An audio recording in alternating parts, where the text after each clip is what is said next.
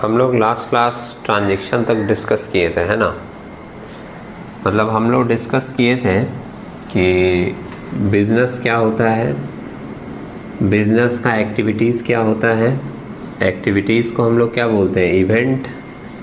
Event दो तरीके का था, फिनंशियल इवेंट और नॉन फिनंशियल इवेंट, है ना। उसके बाद नॉन फिनंशियल इवेंट का कोई काम नहीं था, फिनंशियल इवेंट को ही हम लोग ट्रांजैक्शन बोलते हैं, है ना। इतना तक हम लोग डिस्कस कर चुके थे।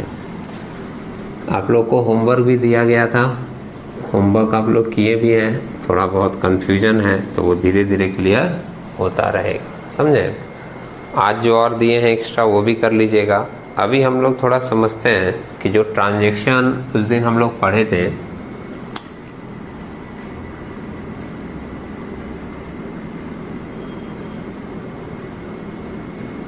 ये ट्रांजैक्शन आपका कितने तरह का हो सकता है, ठीक है। ये थोड़ा सा समझ लेते हैं। जनरली हम लोग ट्रांजैक्शन को 3 क्राइटेरिया में डिवाइड करते हैं।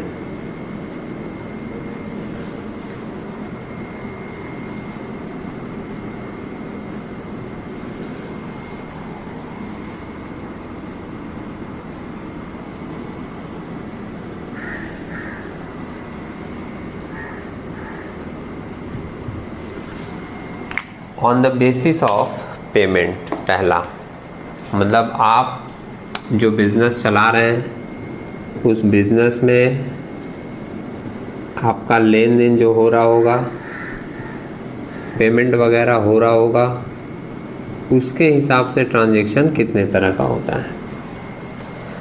तो on the basis of payment में ट्रांजैक्शन को फिर 4 कैटेगरी में डिवाइड किया गया है। जैसे एक को नाम दिया गया कैश ट्रांजैक्शन। तो भाई कैश ट्रांजैक्शन क्या होता है, सिंपल है इसका मीनिंग। तुम किसी को कैश में पेमेंट कर रहे हो कुछ भी। अच्छा, कैश बोलने का मतलब सिर्फ कैश मत समझिएगा, कैश के अंदर चेक और बैंक भी आ जाता है, बात समझे। जैसे मान लो किसी को हम लोग पेमेंट किए, अपने वर्कर को वेजेज या सैलरी पेमेंट किए, तो वो पेमेंट हम लोग ज़रूरी नहीं कि सिर्फ कैश में दे, चेक में भी दे सकते हैं। तो उसको भी किस में कंसिडर किया जाता है, कैश के अंदर में, बात समझे। कैश ट्रांजैक्शन मतलब सिंपल है, जैसे आप पेड सैलरी और वेजेज टू वर्कर्स, आप अपने वर्कर को क्या किए, सैलरी या वेजेज पेड किए। ये कौन सा ट्रांजैक्शन हो गया, कैश ट्रांजैक्शन। दूसरा जो है इसके अंदर में, इसको हम लोग बोलते हैं क्रेडिट ट्रांजैक्शन। तो भाई क्रेडिट ट्रांजैक्शन क्या होता है, यहाँ पर क्रेडिट वर्ड का मतलब होता है उधार में। तो जैसे आप किसी से उधार में कोई डील कर रहे हैं, जैसे सोल्ड गुड्स टू आकाश, आपने आकाश को माल बेचा, उधार में बेचा है, बात समझे। अगर किसी पर्सन के साथ हम लोग डील करते हैं और बात होती है कि पैसा बाद में लिया जाएगा, तो उस तरह के डीलिंग को हम लोग क्या बोलते हैं, क्रेडिट ट्रांजैक्शन है, बात समझे। तीसरा जो कैटेगरी है इसका, उसको हम लोग बोलते हैं पेपर ट्रांजैक्शन। Paper transaction. अब क्वेश्चन होगा कि भाई पेपर ट्रांजैक्शन क्या है। तो कोई ऐसा ट्रांजैक्शन जिसमें कोई बाहर वाला इन्वॉल्व ना हो, वो सिर्फ हम लोग ऑन पेपर अपने बुक्स में ही रिकॉर्ड करते हैं, उसको हम लोग नाम देते हैं पेपर ट्रांजैक्शन। जैसे डेप्रिसिएशन ऑन फर्नीचर या depreciation on any fixed assets. जिन लोगों को डेप्रिसिएशन वर्ड का मीनिंग नहीं पता, उनको एक बार पहले बता दें। डेप्रिसिएशन का मतलब होता है to decrease in the value of fixed asset due to use और due to passage of time. जैसे मान लीजिए आप किसी एसेट को खरीदें और उस एसेट्स को खरीदने पर आप उसको यूज़ कर रहे हैं, यूज़ करने के कारण दिन प्रतिदिन क्या हो रहा है, उसका वैल्यू डाउन होता चला जा रहा है। तो अगर किसी एसेट्स का वैल्यू डाउन होता है दिन प्रतिदिन, तो उस डाउनफॉल को, उस डिक्रीजमेंट को हम लोग क्या नाम देते हैं, डेप्रिसिएशन। बात समझे? अब सोच कर देखो, डेप्रिसिएशन जब हो रहा है, जैसे हम फर्नीचर खरीद कर लाएं और इस फर्नीचर का वैल्यू क्या हो रहा है, हर साल धीरे धीरे डाउन हो रहा है। तो जो वैल्यू डाउन हो रहा है, 1000 का फर्नीचर खरीदे, 1 साल बाद 100 रुपया डाउन होकर उसका वैल्यू हो गया 900। तो वो जो 100 रुपया डाउन हुआ, उस 100 रुपये के लिए हमको किसी के साथ लेन देन नहीं करना पड़ा, वो इंटरनल वैल्यू है। बस ये डिसाइड किया गया कि ये 1000 का था, 1 साल यूज़ कर लिए, अब इसका वैल्यू 100 रुपया डाउन होकर कितना हो गया, 900 का। बात समझे? तो ये जो 100 रुपया डाउन हुआ, उसमें तो हमको किसी बाहर वाले के साथ कोई लेन देन नहीं करना पड़ा। वो सिर्फ हम क्या करेंगे, अपने पेपर में, अपने बुक्स ऑफ अकाउंट्स में रिकॉर्ड कर देंगे कि हाँ मेरा 100 रुपया का वैल्यू अब एसेट का क्या हो गया, कम हो गया। उसको हम लोग नाम देते हैं पेपर ट्रांजेक्शन। ठीक है। उसके बाद एक आता है बार्टर ट्रांजेक्शन।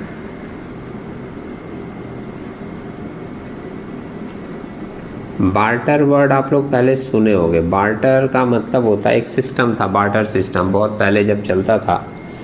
इस सिस्टम में क्या होता था कि हम लोग एक चीज़ देते थे और उसके बदले किसी से दूसरा चीज़ ले लेते थे। समझ रहे हैं? गांव में अभी भी होता है।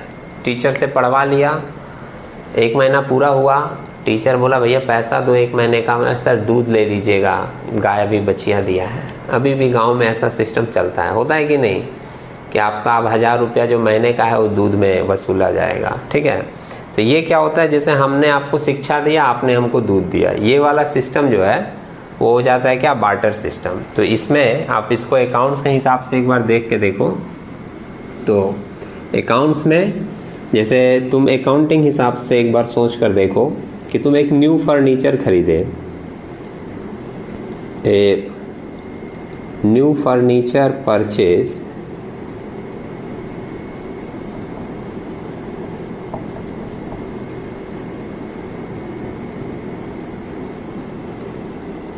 in exchange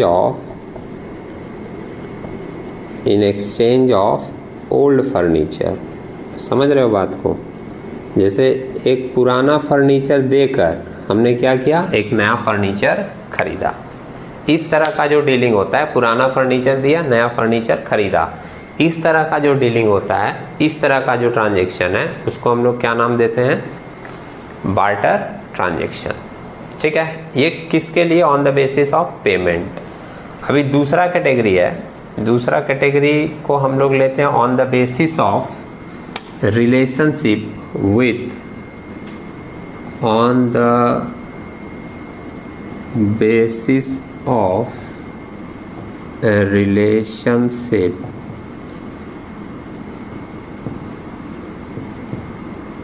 with accounting unit. मतलब बाहर वाले या अंदर वाले अकाउंटिंग यूनिट के रिलेशनशिप के हिसाब से भी ट्रांजैक्शन को 2 कैटेगरी में बांटा गया है। इसमें एक कैटेगरी को नाम दिया गया internal transaction, internal transaction,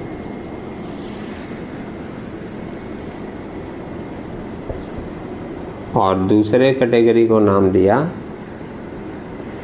external transaction.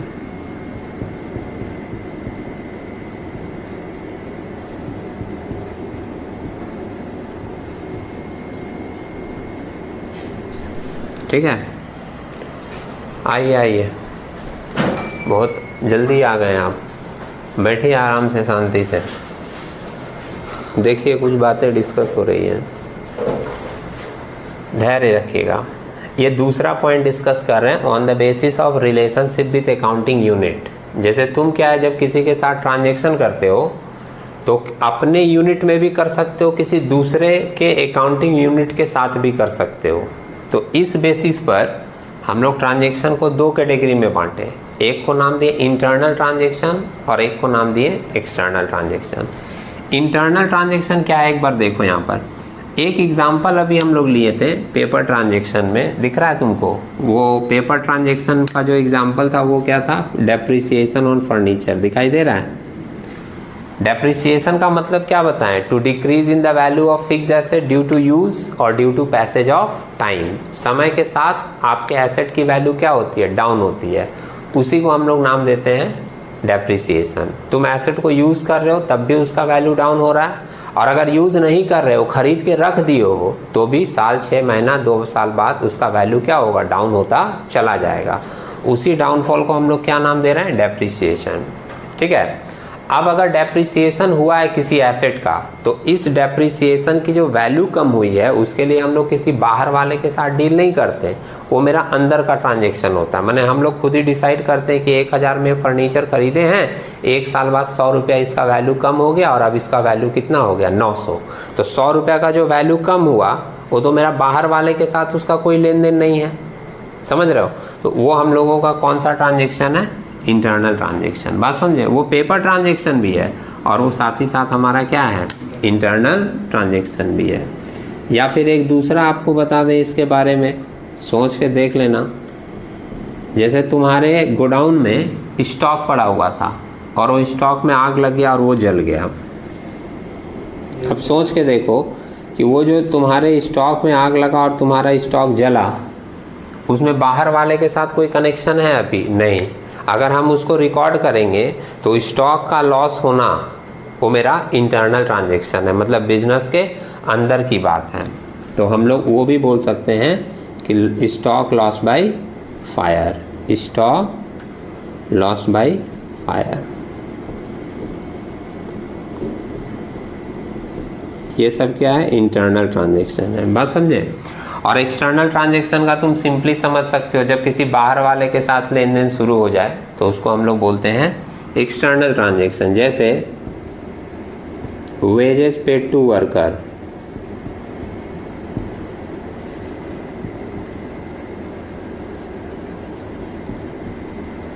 या फिर जो वहाँ पर हम लोग एक क्रेडिट ट्रांजैक्शन का एग्जांपल लिए थे ना, सोल्ड गुड्स टू आकाश। किसी बाहर वाले को हम लोग क्या किए? सोल्ड गुड्स टू आकाश। ये सब हमारा क्या हो गया? एक्सटर्नल ट्रांजैक्शन हो गया। ठीक है। और एक लास्ट लिखेंगे, ऑन द बेसिस ऑफ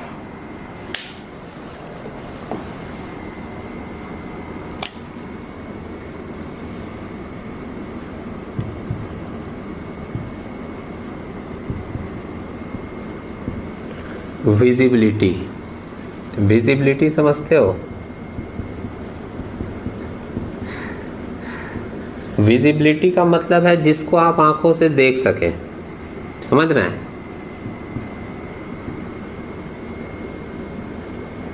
तो एक हो जाता है visible transaction,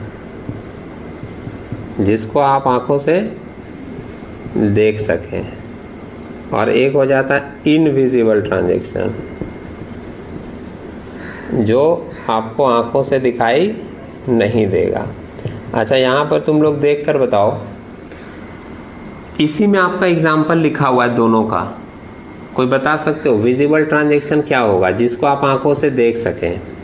purchase of furniture दिखाई दे रहा है, परचेज ऑफ फर्नीचर, या परचेज ऑफ कोई भी एसेट, या आप गुड्स भी खरीद लो, ये सब क्या होगा? विजिबल ट्रांजैक्शन, क्योंकि दिखाई देगा ना। हम एक टेबल खरीद के लाए, हम एक चेयर खरीद के लाए, हम एक बोर्ड खरीद कर लाए, दिखाई दे रहा है।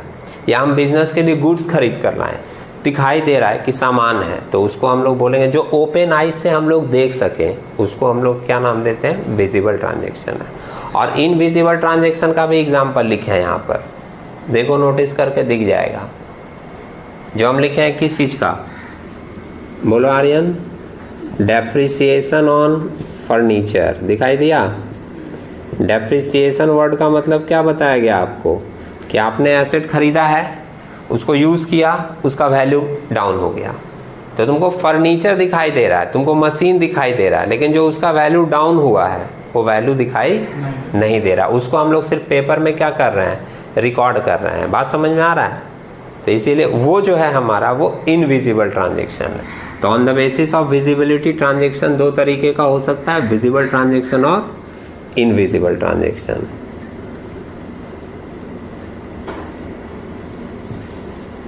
हम फर्नीचर लिख रहे हैं यहाँ पर बार बार, सुने, लेकिन आप जो है ऐसा फर्नीचर ही मत पकड़ के बैठ जाइएगा। किसी भी फिक्स एसेट्स का वैल्यू क्या होता है, डाउन होता है, तो उसको हम लोग नाम देते हैं डेप्रिसिएशन। वो कोई भी फिक्स एसेट्स हो सकता है, सुने। तो अभी जितना पॉइंट ये समझ में आया है, पहले इसको एक बार नोट कर लीजिए, फिर हम लोग आगे बढ़ेंगे, ठीक है। नोट कर लीजिए।